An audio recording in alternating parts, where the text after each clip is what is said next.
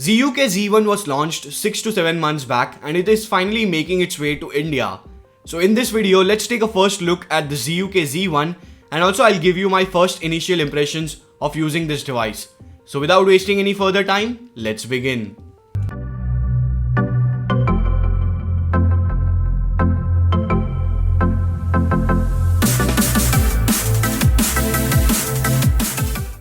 Well, most of the devices these days in the mid-range segment like Redmi Note 3, La 1s, Honor 5X are completely made out of metal.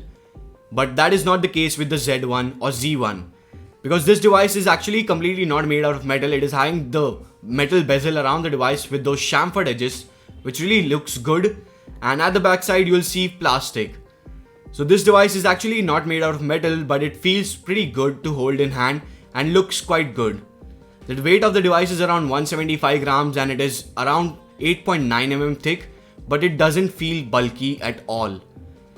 So the Lenovo Z1 will be available in two color variants, which is the white color variant and the grey color variant. The white color variant comes with a glossy plastic and it will attract few smudges and fingerprints that can be noticed, whereas the grey color variant comes with a matte finish and you won't really notice a lot of smudge and fingerprints. But it also gives you an additional grip because of the matte finish. Now Lenovo is also planning to launch bunch of covers with the Z1 at the time of launch.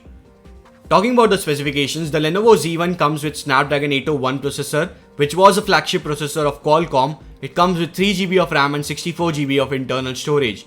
You also have dual SIM support with 4G enabled on this device. If we take a look at the backside of the device, we have a 13MP camera which has a Sony sensor. It has a secondary noise cancellation mic and a dual LED flash at the backside. Now we also have a pretty huge battery on the Zuk Z1, which is a 4100 mAh capacity battery that is sealed inside and not removable by users. And I hope that the battery life of this device would be pretty amazing. We also have Zuk branding at the bottom of the device.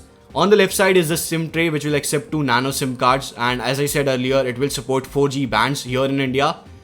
Now on the right side you will find volume control key and a power button. Both the buttons are made out of metal and they feel quite clicky and tactile, and I had no issues whatsoever in my initial testing period.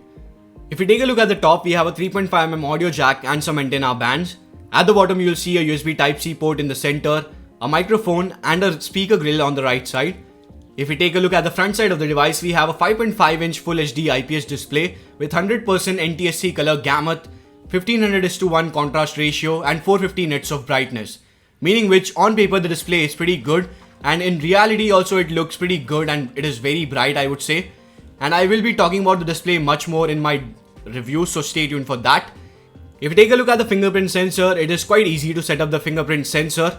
And if we talk about the fingerprint sensor, it works pretty good, I would say. Well, not the best, but it does work quite fine and I had no major concerns with that. Although I feel that the fingerprint sensor that is found on the Xiaomi Mi 5 is very fast compared to this one.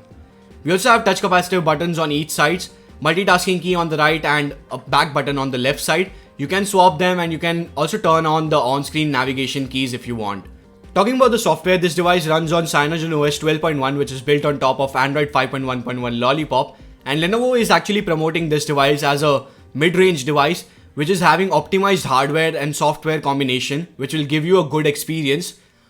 And also they will allow you to install custom ROMs if you want, and your warranty won't get void even if you do that. Now taking a look at the storage available, you get around 54 to 55 GB of storage out of that 64 GB of storage, and they say that it is 10 times faster compared to the class 10 memory cards. So it should be pretty good and fast.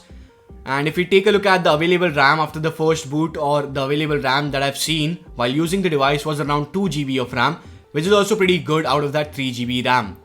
So after looking at the specifications and more details, let's talk about pricing, which is one of the most important factor for a lot of us.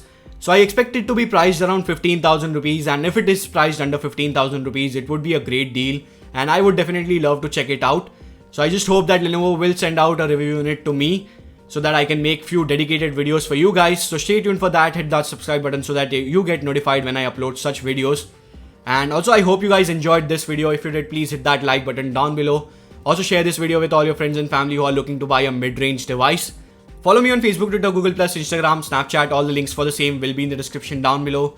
Be friends with me on all the social media networks for more updates on upcoming devices and devices that I'm currently reviewing. And yeah, this is Saurabh Nahar here from AllAboutTechnologies. Thank you guys for watching.